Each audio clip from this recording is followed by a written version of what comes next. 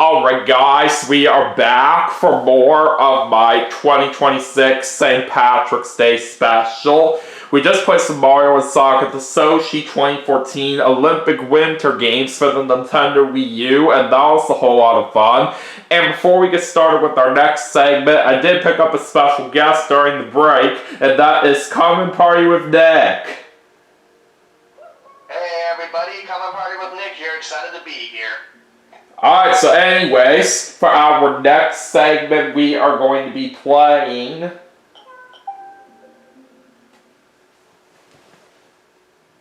Mario Kart 8 for the Nintendo Wii U. So let's see how well we do on this game.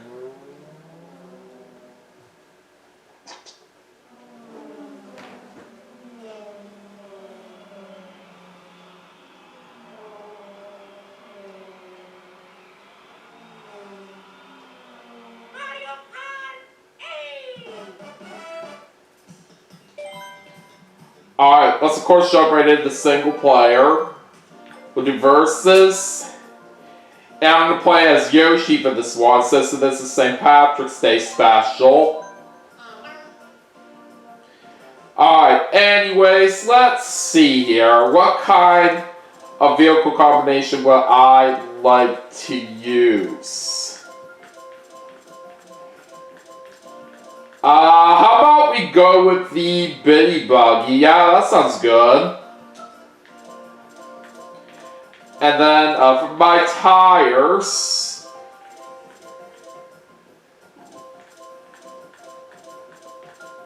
oh boy, which one should I go with here? There's some good options.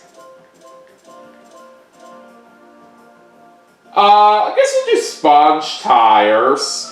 And then, for my glider, let's use the parafoil. Alright, anyways, let's go ahead and set up my settings. So we're going to do 100cc, we'll have normal computers, and we're going to do 5 races for the segment. So anyways, for our first race, we're going to start things off at Mario Kart Stadium.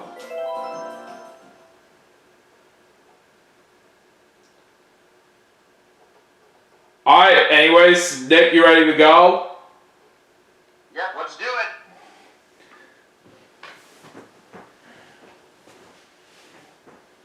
Yeah, let's have a great game. Oh yeah.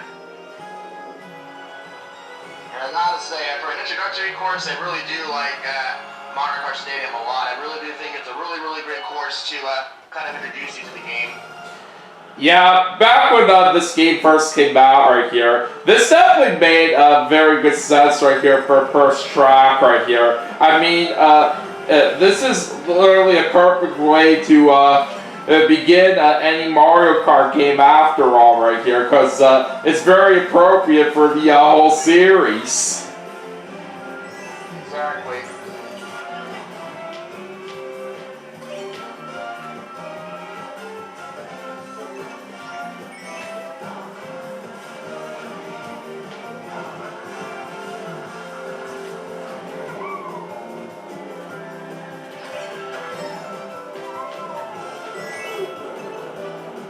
I got them down now. Oh, good thing I saved it right here to block that red shell. But anyways, let's see what happens now on lap 2. Alright, this time we get a green shell.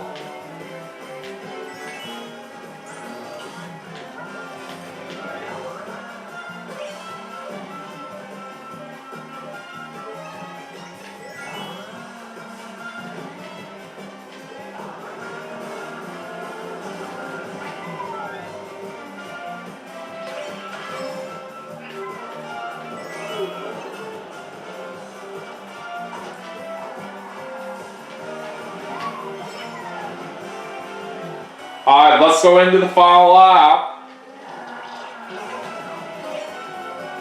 There's not that much ink on my screen right here, so I can still see just fine.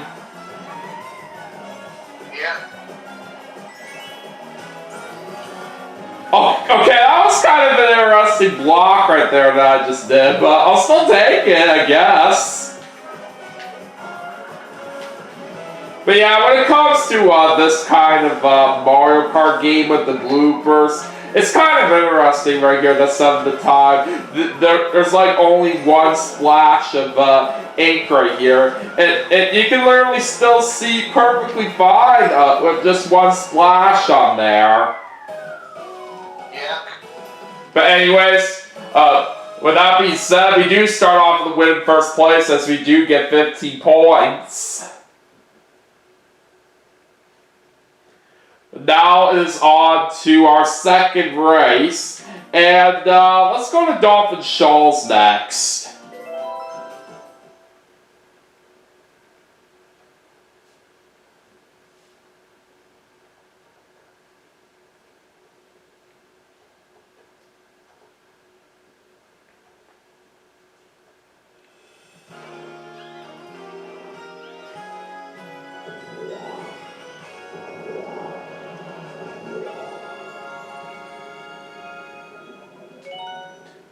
Alright, let's see how we're going to do on this one.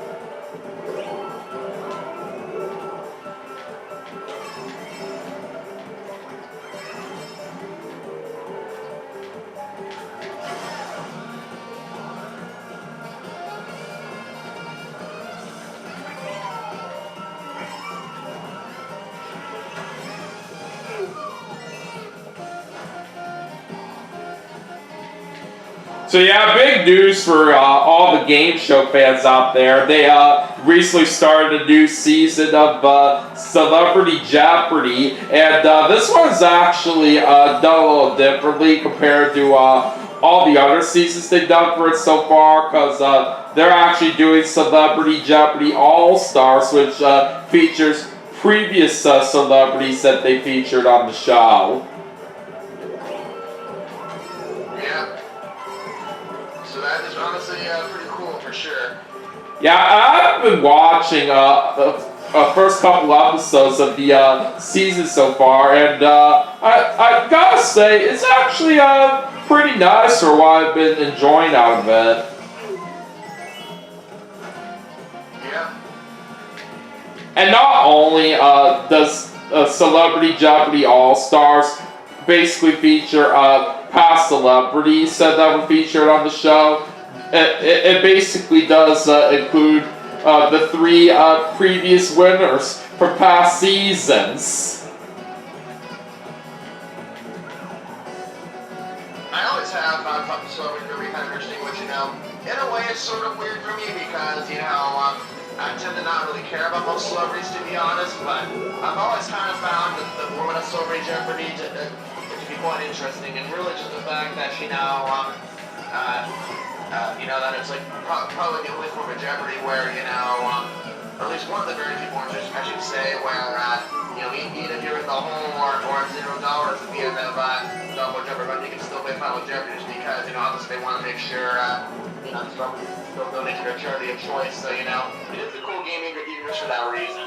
Yeah, I didn't really think they would have something like that, if I'm being honest here, but that is quite interesting. But anyways, that's our win right there in first place, as we just get ourselves another 15 points. So now it's time to go into our third race, and let's go ahead and do Toad Harbor next.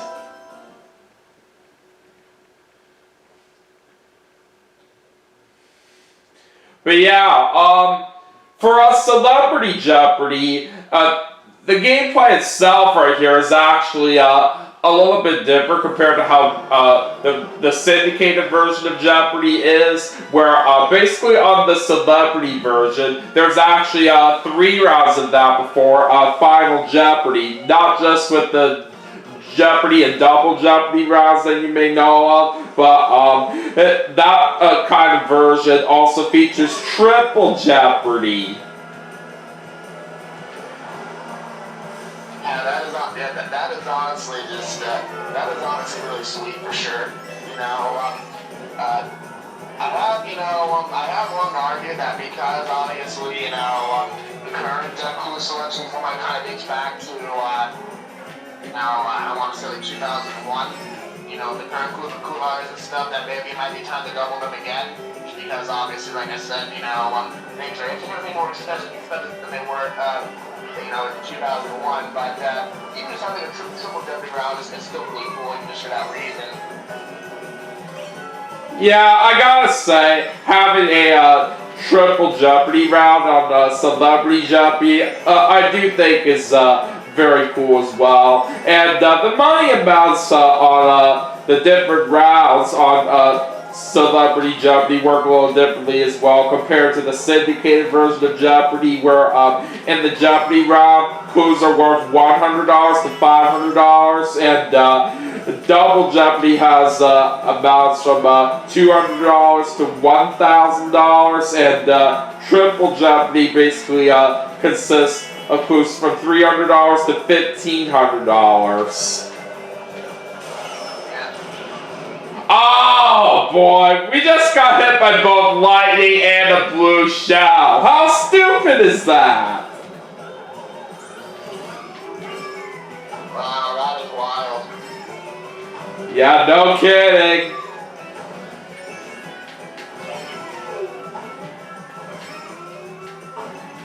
But yeah, I do know that in recent years they finally did change, obviously the winning, I guess you say, like, the runner-up totals for second and third place in Jeopardy were, used to be 1,000 and 2,000, now I think it's like 2,000 and 3,000. I think it might be a pretty good time for them, honestly, to maybe consider doubling the clue buyers before you got as well, like I said.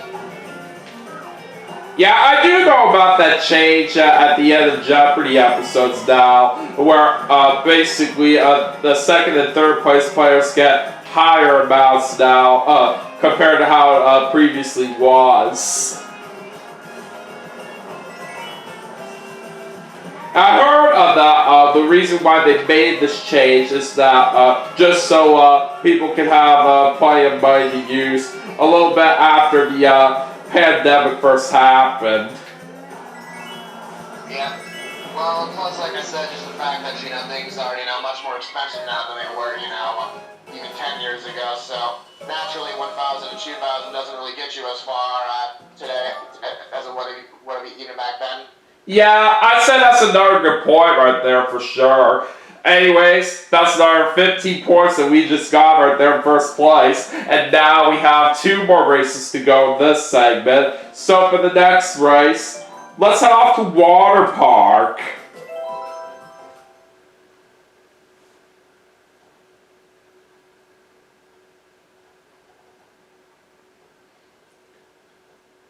So in your honest opinion, Nick, what do you think about the kinds of things that they have done on the Celebrity Jeopardy? Well, like I said, I think it's pretty cool. Like I said, I don't really watch Celebrity Jeopardy too much because, like I said, I'm not really a fan of celebrities, but I do like the way to do the format, and I do think, even like the tournament structure itself is pretty cool.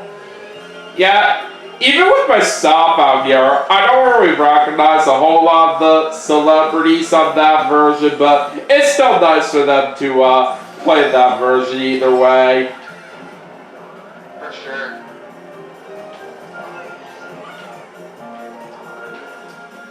But I'm certainly even more excited about this thing for later on right here pretty soon for a new season of Jeopardy Masters.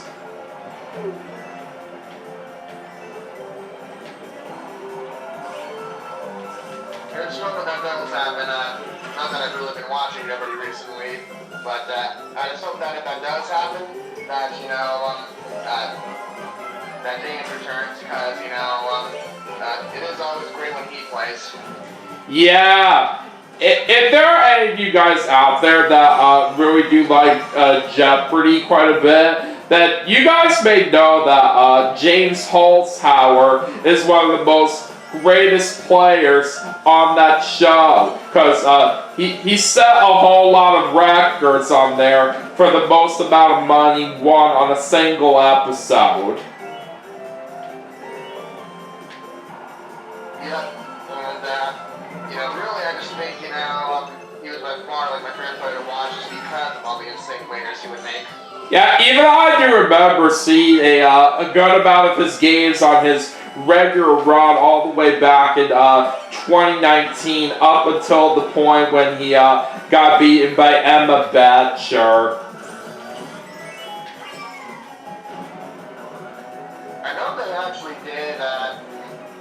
actually did supposedly get an invite for at least, I want to say the 2024 and 2025 invitational tournaments, but she hasn't really appeared yet, so hopefully she will one day. I know she did get a lot of hate from people because she beat James, so I kind of wonder if that is the reason why she's staying away from it, but it would be cool to see her back still. Yeah, I don't really know, but I certainly do think that Emma Batcher would be a good player in the Invitational tournament one of these years. I do say she was a pretty good player from what I do remember out of her back in the day. But anyways, we got ourselves another win once again in first place as we're getting another 15 points. Let's move on to our final race now in the segment, and we're going to finish things off at Electrodrome. Nice, and I really do like that track a lot. That is a great track. So do I. This is literally my personal favorite track in this game, all because it's kind of similar to how Music Park is from Mario Kart 7.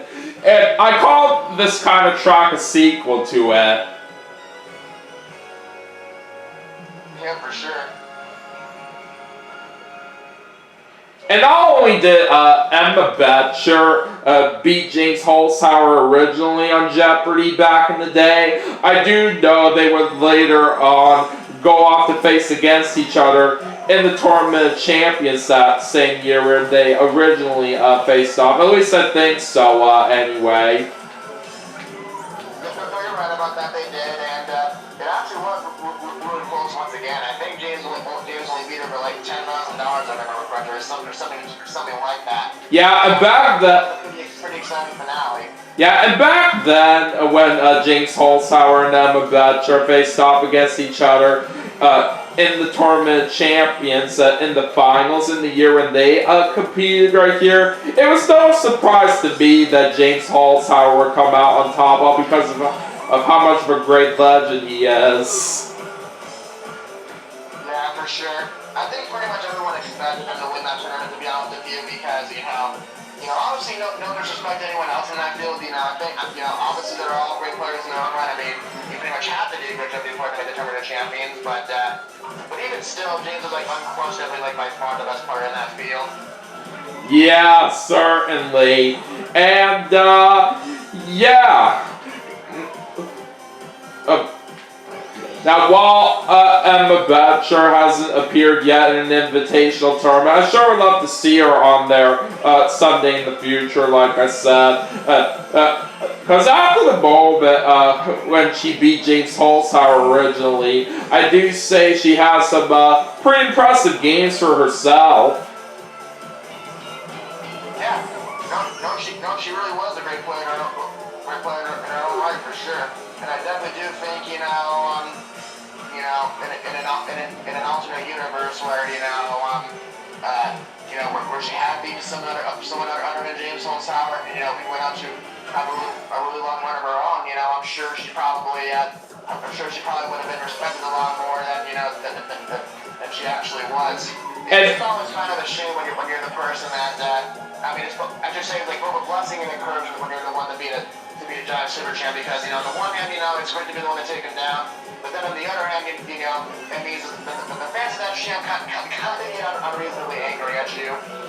And I had a green shell with me at one point, but I did not mean to throw it forward right there for what I was trying to do. Oh well. And speaking of the invitational tournament right here, when we do see some more of that in the future. Another person I would really like to see on there for sure is Julia Collins, because I do know she is married now to another great Jeopardy champion, Roger Craig.